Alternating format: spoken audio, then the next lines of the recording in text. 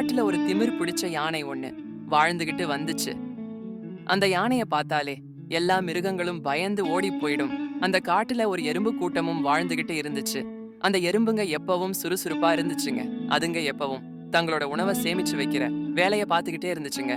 ஒரு நாள் அந்த எறும்புங்க செய்யற வேலைய பார்த்த அந்த யானை, என்ன இந்த எறும்புங்க மட்டும் நம்மள பார்த்து பயப்படல அப்படின்னு நினைச்சு பக்கத்துல இருந்த குளத்துக்கு போய் தண்ணிய தன்னோட துதிக்கையால எடுத்துட்டு வந்து அந்த எறும்புங்க மேல அடிச்சு விட்டுச்சு.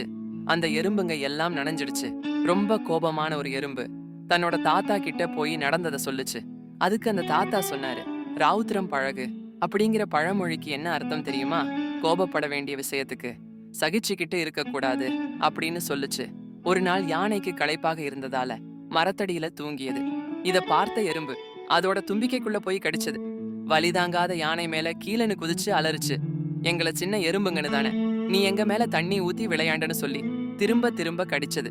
வலிதாங்காத யானை, தயவு செஞ்சு என்ன மன்னிச்சிடுங்க, என்னால உங்களுக்கு இனிமே தொந்தரவு இருக்காதுன்னு சொல்லுச்சு. எறும்பும் வெளியே வந்துச்சு.